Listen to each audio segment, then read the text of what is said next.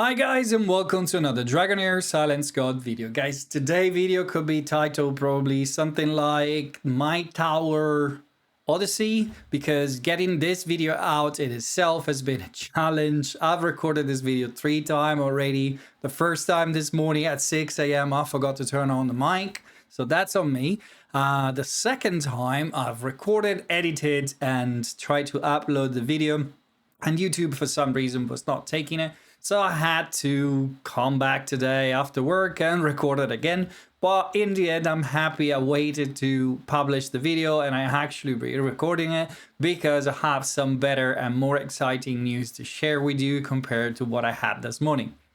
So in today's video, as you can guess, we are taking on TALWER, one of the chief challenge from the Halo Lunar event.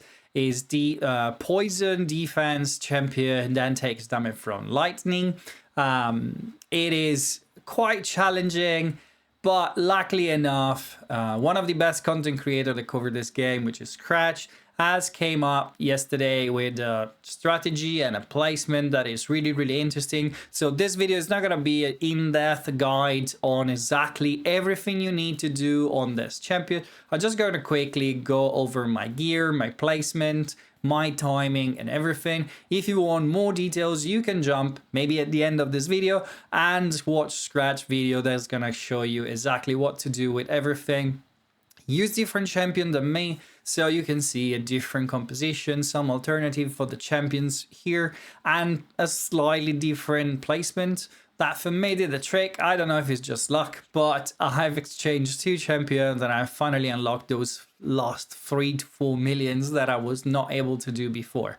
So let's jump into the sparring pit because I've saved my damage and therefore I cannot show you my comp again on the boss for this week. It's going to be only next week. And let's load my champions, placement and gear. I'm going to have to redo the placement because unfortunately here it doesn't work. And the champions we are looking at are Furbat, Irina, Nathaniel, Evelios and Nimbus. And this is the placement I've used for my comp. I've placed Furbat in this tile on the front. He's going to run to the boss. Irina is going to move 1 tiles down. Furbat is going to move over here. And this is going to be the final placement in front of the boss. And it's very important because the boss is going to have an area damage on his ultimate. And if you place your champion this way, as shown in Scratch video, they're not going to get hit. Only Furbat is going to take damage. And he is built to survive, and therefore this comp can go all the way to the 5 minutes mark if you build it correctly. So we are using the HP aura from Nathaniel because it's the only one we have.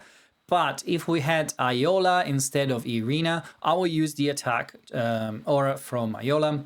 She has a multi-hit ultimate. She plays decreased attack. She's perfect for placing the decreased defense from the crown. All the witches remain if you have it. I don't have it. I don't have any artifact legendary, so I can't really use any of them. And yet, maybe one day I will pull a dupe, who knows. And when it comes to the Psychic Core, I have not built any level on the last ring. So we don't have damage mitigation, we don't have extra attack, we only have the Elemental Affinity maxed out for lightning and poison. And I've worked 2 points in resistance, so we have 20 extra resistance. So keep that in mind. And we have 50 extra accuracy. Those are very important here. Let's jump into the builds so you can see what builds I have. Furbat is the most important build. As I said before, he's the one that is going to be up front in the line of fire. He's going to take all the damage for your comp. Nobody else is going to be hit until he survives. He needs to survive. If he dies, if he takes too much damage, if he get debuff, your run is going to fall short. So he needs a lot of resistance. I have him with 345 resistance. Honestly, it's not enough. He should have more because time to time he still get debuff. So this round is a bit a luck if you want. Everything needs to go right. The RNG needs to be on your side. And I have 206 accuracy plus the 50. He gets very close to 60 where he should be for defeating this boss. He's in protection set, and he has the Incest Burner to help with the accuracy. Otherwise, I will not get over there. My gear still not perfect. I have an epic negative rune of resistance. If I had a legendary one, it will be much better. It will be able to resist much more those debuffs that the boss places on you. He's going to try to place decrease accuracy, decrease attack. The mushrooms are going to place poison, and every time he attacks a champion that is under debuff, he places damage mitigation on himself. So your damage output to the fight is going to decrease a lot. So you need to try to resist those debuffs, otherwise you're not going to be able to do a lot of damage. The next champion up is going to be the most important one with Furbat, which is Irina, or any other decreased attack in the lightning and poison affinity. You can try to bring Sigrid if you have better option maybe to use some poison. She will do the job as well. You only need to place the decreased attack on a boss. Ideally, you want a multi-hit like Iola, but if you don't have it, you can work with something else as long as it's range. And she's built with a 0 set because I want to have the increased attack when the decreased defense is on the boss. She has enough accuracy to do the job. I've built crit rate and some attack on her so she can bring a little bit of damage. She's gonna do quite decent damage on this fight, so if you can build some damage, it's good. But she's there also to enable my main DPS to do more damage with the increased attack. The other champion that is very, very important over here is going to be Nathaniel. Nathaniel needs high enlightenment, possibly high HP. I've built him with skill haste as much as I could, and again my runes are not the best, and as much as I could enlightenment. He has 2 broken pieces, 2 pieces of 2 different sets.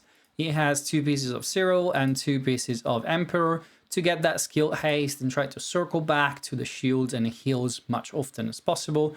He's going to be helping Furbat to stay alive, giving him increased defense, shield, and heals when it's possible.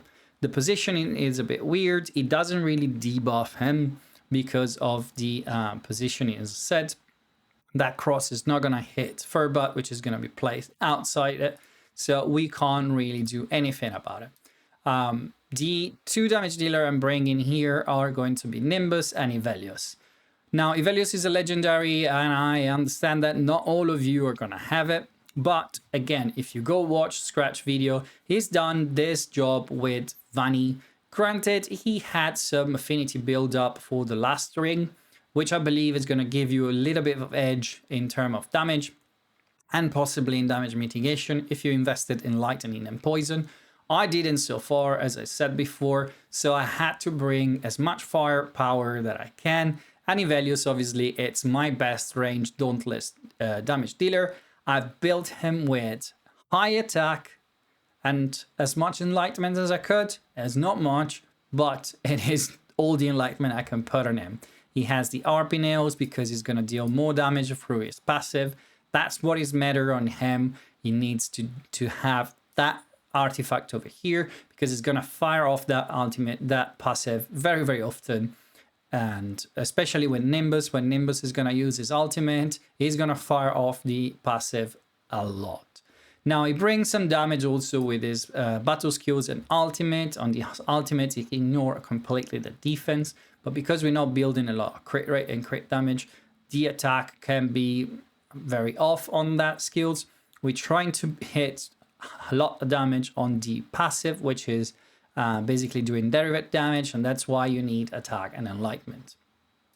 The last champion up is going to be Nimbus. Nimbus needs attack speed because his ultimate is going to hit more times and for longer time as long as he has a lot of attack speed. That's why that artifact is particularly good on this champion. I've built him with the Gambler set.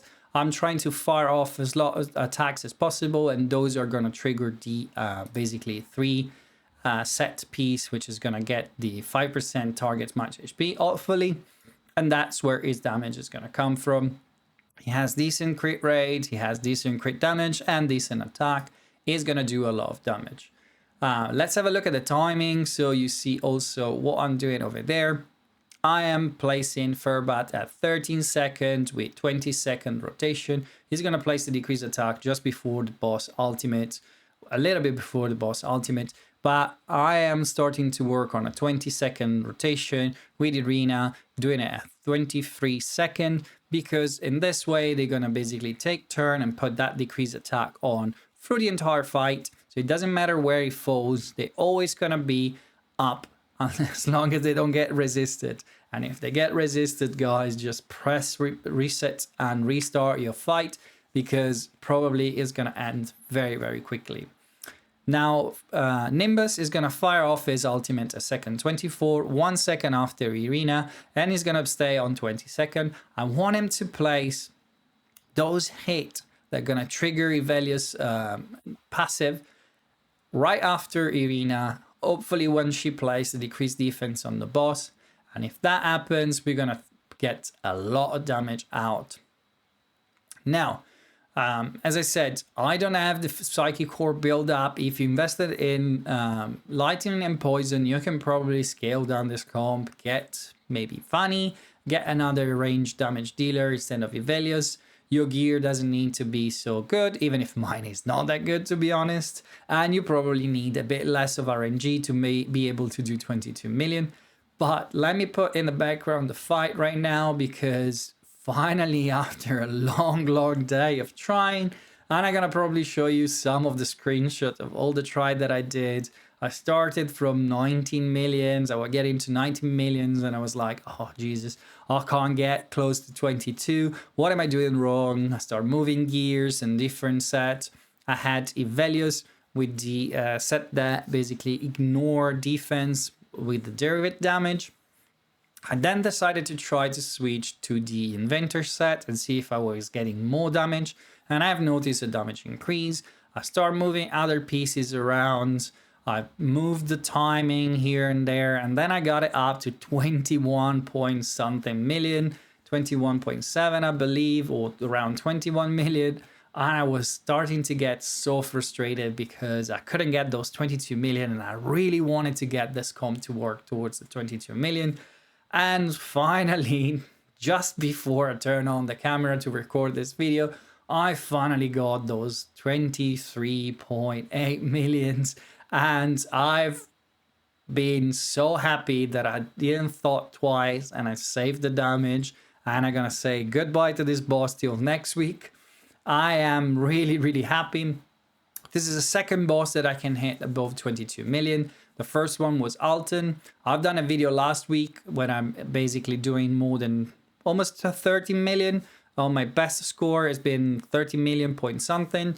I don't think I've recorded that, but I've got on video probably a 27 million one.